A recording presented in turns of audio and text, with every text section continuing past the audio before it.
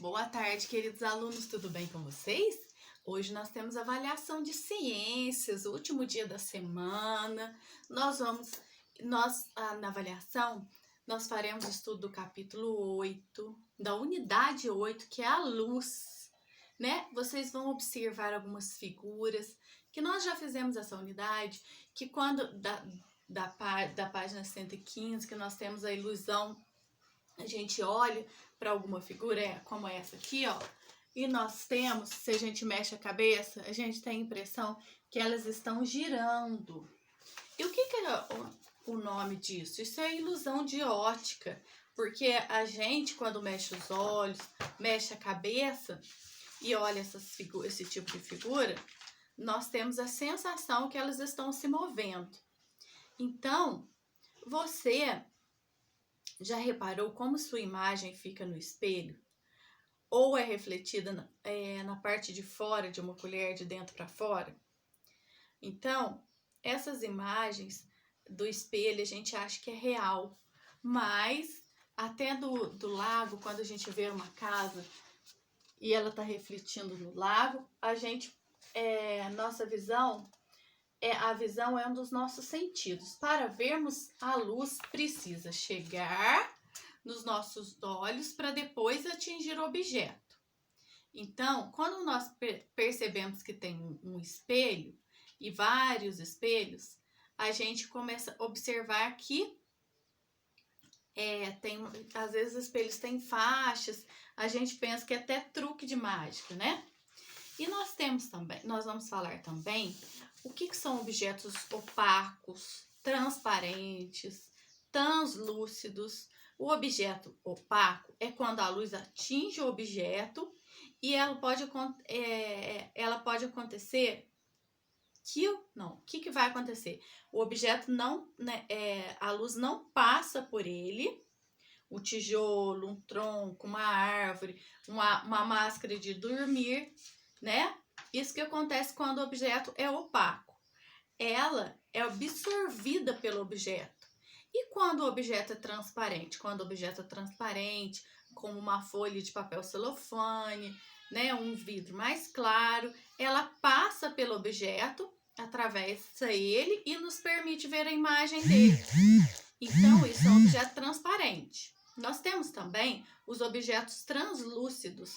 São totalmente eles não são nem opacos, que não dá para ver nada, nem transparentes. Então, eles são translúcidos.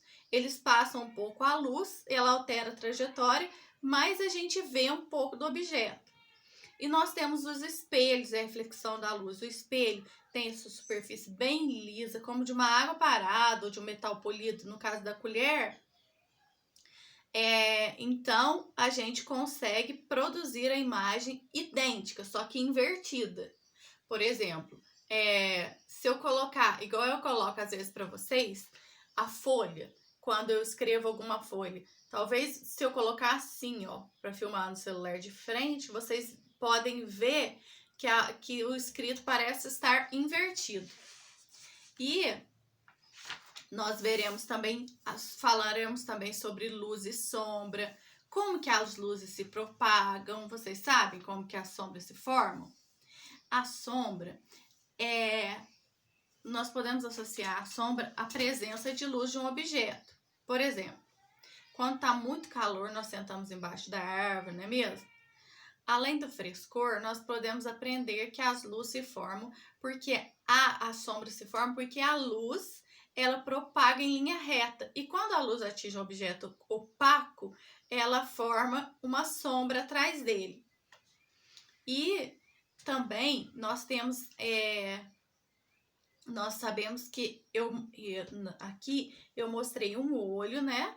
Que você sabe como que nós enxergamos. Como que nós enxergamos? Se você entra em um ambiente escuro, você não consegue enxergar muito. Então, o nosso olho é formado pela camada transparente, primeiro, pela córnea, que é a camada transparente que recobre a íris, que é essa bolinha pequena dentro do olho.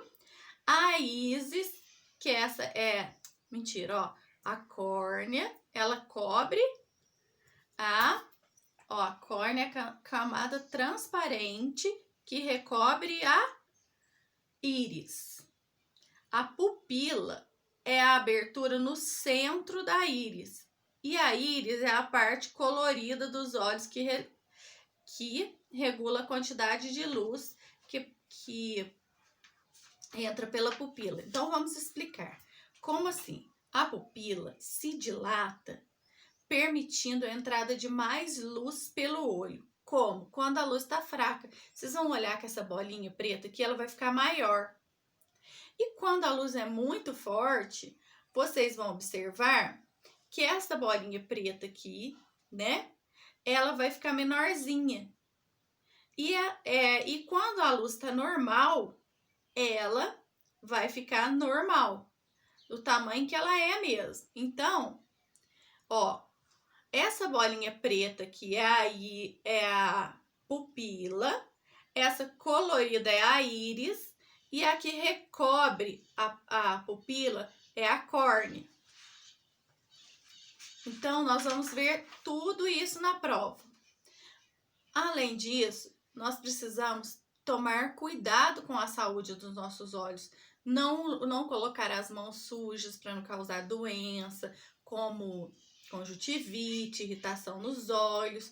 Observar se a gente tem tipo alguma alergia, como rinite. Observar poeira, pela poeira do ar, né?